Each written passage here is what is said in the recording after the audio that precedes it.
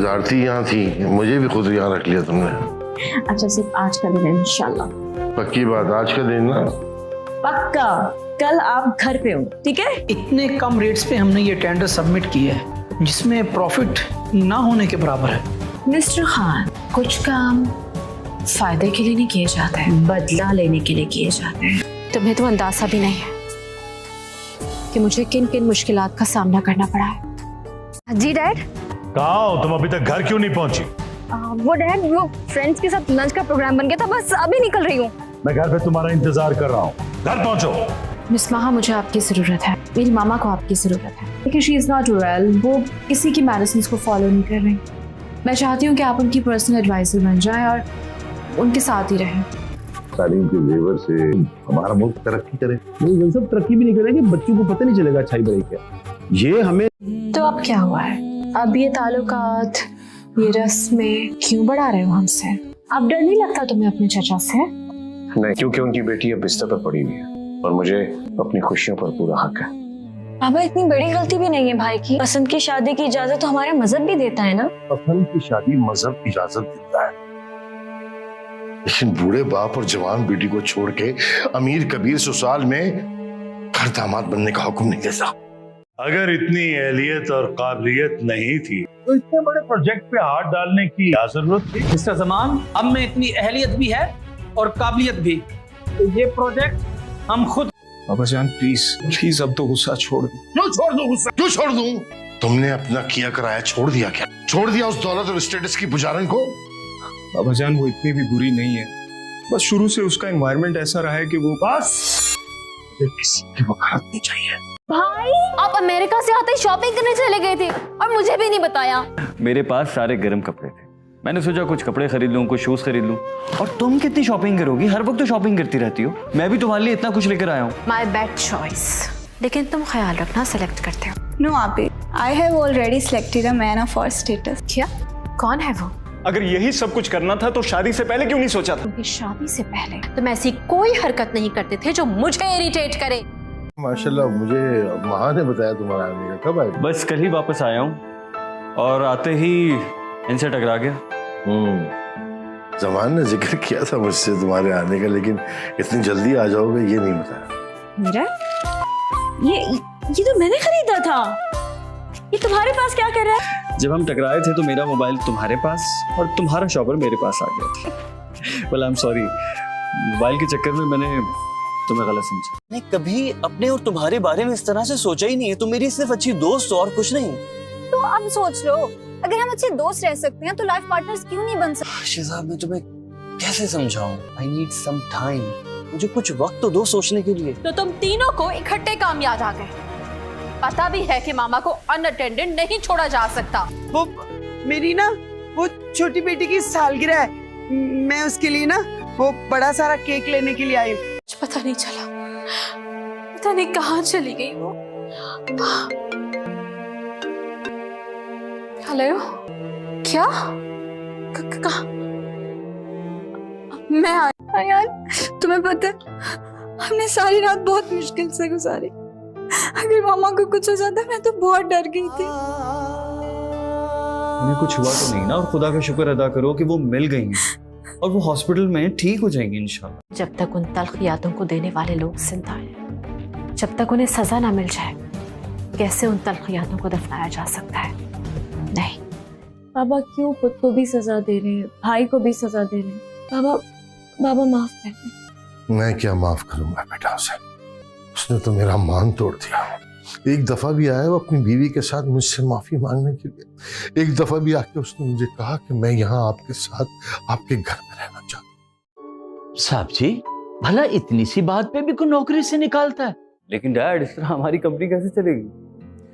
चलेगी बेटा, जरूर चलेगी। इसलिए कि जमान हुसैन ने इतने सालों में नाम भी कमाया है और तजर्बा। तमाम लो प्रॉफिट प्रोजेक्ट्स हमें तो नहीं करने ना, आखिर हमें भी कुछ प्रॉफिट गेन करना है। ये सब करने का मेरा सिर्फ एक मकसद था, और वो ये कि जमान का बाप का बिजनेस ज्वाइन किया है और उसके फादर शहर के जाने पहचाने बिजनेसमैन हैं। उन्हीं के बिजनेस को उसने कंटिन्यू करना है। इसमें सेट होने वाली क्या बात है? जी आप भी, मगर उसके डैड चाहते हैं कि वो अपनी मेहनत और कोशिश से बिजनेस में जगह बनाए। मैं थोड़ा सा फ्रूट अपने साहब को खिला लूं, फिर मैं ले जाता हूँ। अल्लाह जीती रहो। तुम खा लो यार, एक पीस तो और। ये तुम खाओ दूसरे। अगर जो चीज़ें हमारे लिए वैल्यूएबल है ना, वो है self respect. I am glad मैंने अपनी सेल्फ रिस्पेक्ट को कॉम्प्रोमाइज़ नहीं किया। और पता है मैं जानती हूँ आप यहाँ मेरा मजाक बनाने आई हैं। Let me clear you one thing, मुझे बिल्कुल बुरा नहीं लगा। सर अयान को पहला प्रोजेक्ट मिल गया। मुबारक हो सर। इमरजेंसी किस हॉस्पिटल में, क्या हुआ उन्हें? हेलो अयान, कहाँ रह गए हो तुम? हम सब तुम्हारा वेट कर रहे हैं।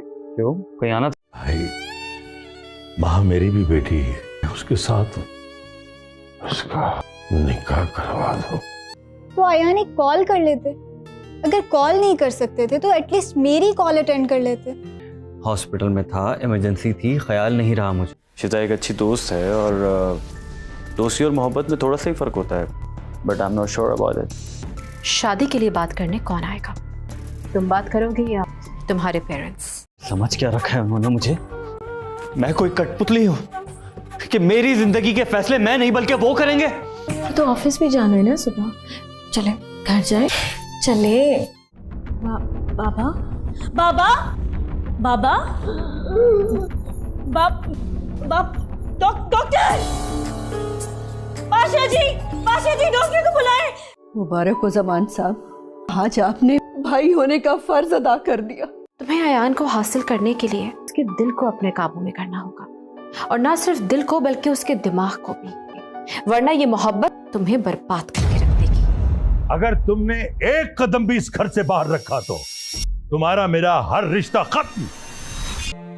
अपनी साबका महबूबा की मोहब्बत में हर वक्त तुम्हारे डैड मेरा सादिया के साथ मुकाबला करते रहते थे। डैड भी ऐसा कर सकते हैं?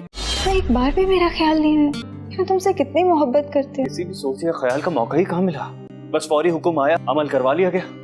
लेकिन मैंने भी मॉम को बता दिया है, मैं इस रिश्ते को नहीं मानता। डैड ने जबरदस्ती निकाह करवाया तो मैं महा को अपनी बीवी नहीं मानूंगा। तुम क्यों इतना सेंटी हो रहे हो? Please control. देखो जो होना था वो तो हो गया ना, उनकी डेथ हो गई और इट्स सो नेचुरल। फिजा, लेकिन मैं इतना बदनसीब हूँ कि मैं उन्हें मना भी नहीं सका।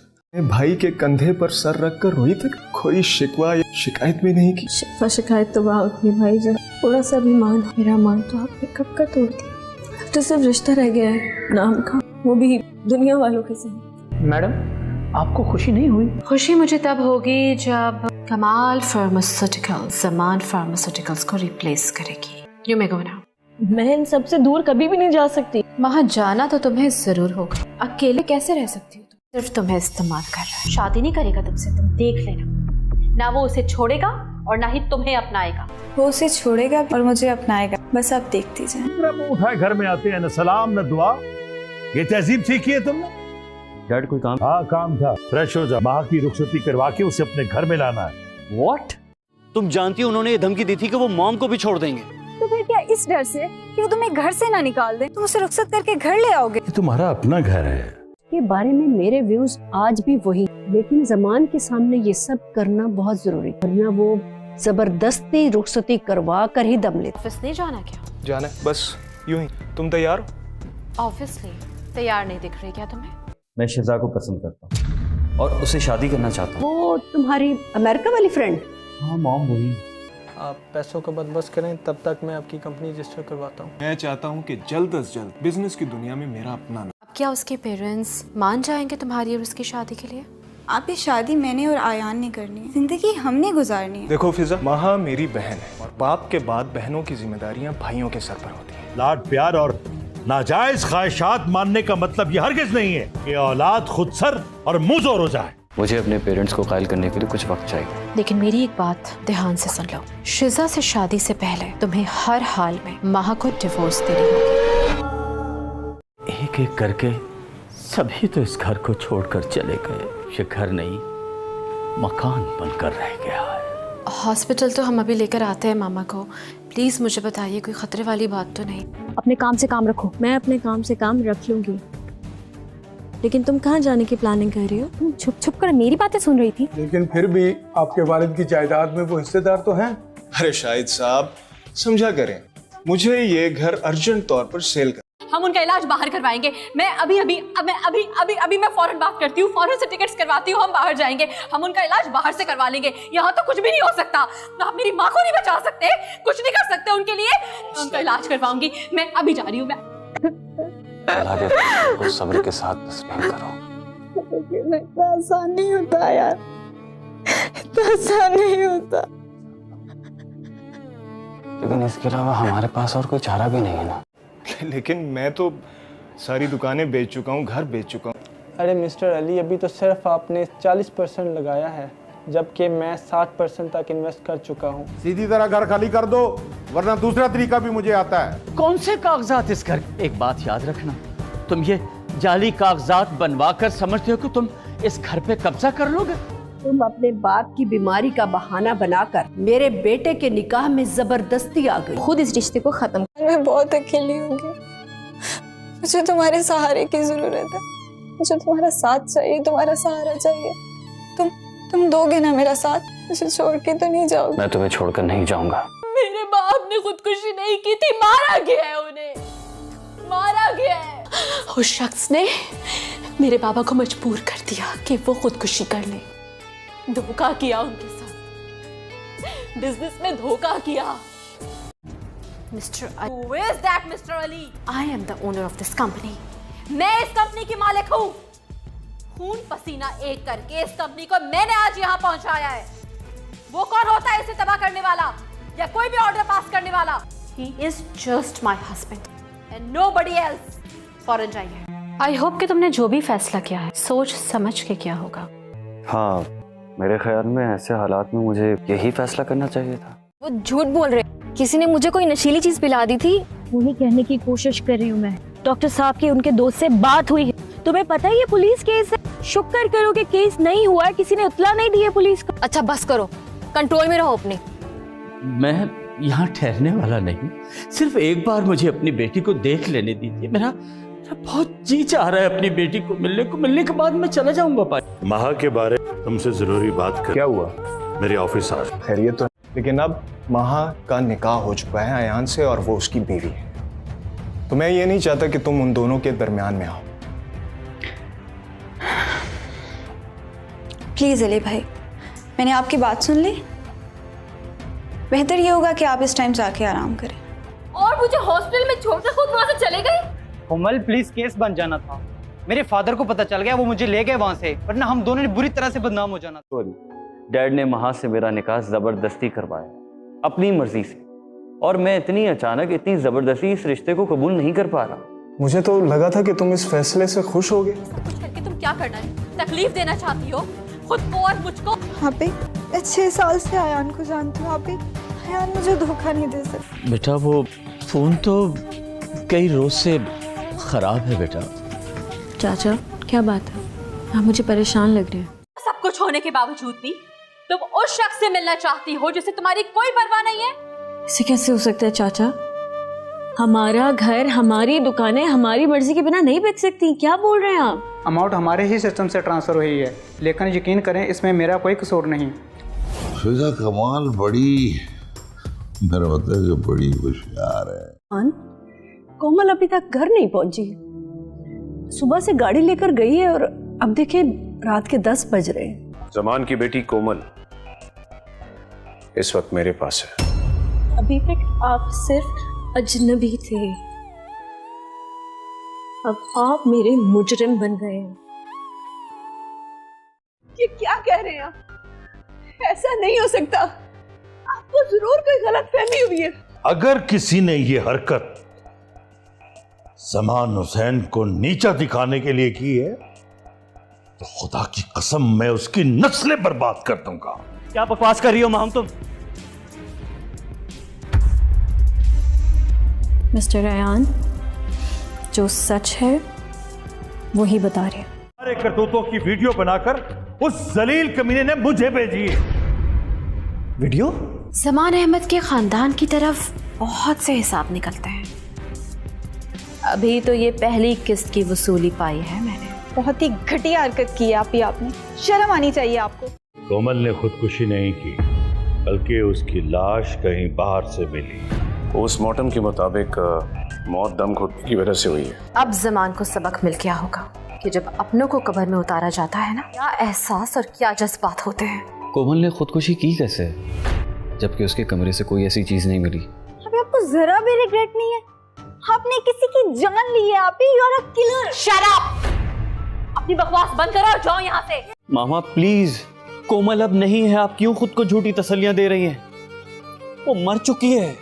नहीं, मैंने इस कंपनी के लिए, इस ऑफिस के लिए क्या कुछ नहीं किया। हमारी सिस्टर के साथ जो कुछ भी हुआ करो, उसके बाद मेरे पास अल्फाज ही नहीं, समझ ही नहीं आ रहा कि तुमसे कैसे बात करूं। कोमल बेटी ने मुझे तोड़ दिया। मैं भले उससे नाराज था, लेकिन मेरी बेटी तो थी। मैं बहुत प्यार करता था उससे। कोमल की खुदकुशी, आजर की मौत, दाल में जरूर कुछ काला है। अच्छा, तो तुम्हें ये लगता है कि इन सब बातों के पीछे जमान का हाथ है? मेरा साया बनी रहती थी, हमेशा के लिए छोड़कर चले जाना। कहीं अयान से दोबारा पैशअप तो नहीं हो गया? आपको तो पता है ना कि अयान और मैं अलग रह ही नहीं सकते, साथ भी तो नहीं रह सकते। चलो आओ, घर जा रहा हूँ, तुम्हें छोड़ दूँ। लॉक कर दो गाड़ी, ड्राइवर ले जाएगा। कर दिया उस घटिया इंसान ने कि वो किस खानदान से बिलोंग करता है। छोड़ूंगी नहीं मैं उसे। इस कश्ती को थोड़ा तैर लेने दो और अपनी पूरी तवज्जो इस बड़े जहाज की तरफ करो। कोमल के जाने का दुख हम सबको है, लेकिन हम सब उस दुख को भुलाने के लिए अपनी जिंदगियों को रूटीन पर लाने की कोशिश कर रहे हैं। तुम एक जालिम, सफाक और शकील कल्ब इंसान हो। जमान हुसैन इन लहजों का आदी नहीं है। क्या मतलब? कल से गई वापस नहीं आई? अच्छी लड़की है, उसका दिल बहुत साफ है। हाँ, दिल तो बहुत साफ है, लेकिन है वैसे ही तेज मिर्च। और ऐसा बदला लूंगी कि तुम्हारी नस्लें भी याद रखेगी। डैड के सामने मुझे एम्बैरस करने का बहुत प्लान है तुम्हारा, लेकिन मैं कामयाब होने नहीं दूंगा। इसीलिए सीधी तरह से चलो। और अगर वो जिम्मेदारी निभा रहा है, उसे निभाने दो। देर आया दुरुस्त है। अपने और माँ के बारे में क्या सोच? जैसा आप मुनासिब समझे। मेरा जो रिश्ता आपसे जबरदस्ती किया गया है, उसके अलावा भी मेरा उनसे कोई रिश्ता है। मसला रिश्ते का नहीं, तुम्हारी सोच का है। वो मेरे हस्बैंड थे, लेकिन इस कंपनी में उनकी क्या हैसियत थी ये आप लोग अच्छी तरह से जानते हैं। बताओ, क्या कसूर था मेरी बेटी का? बोलो, जवाब दो, क्यों मारा मेरी बेटी को?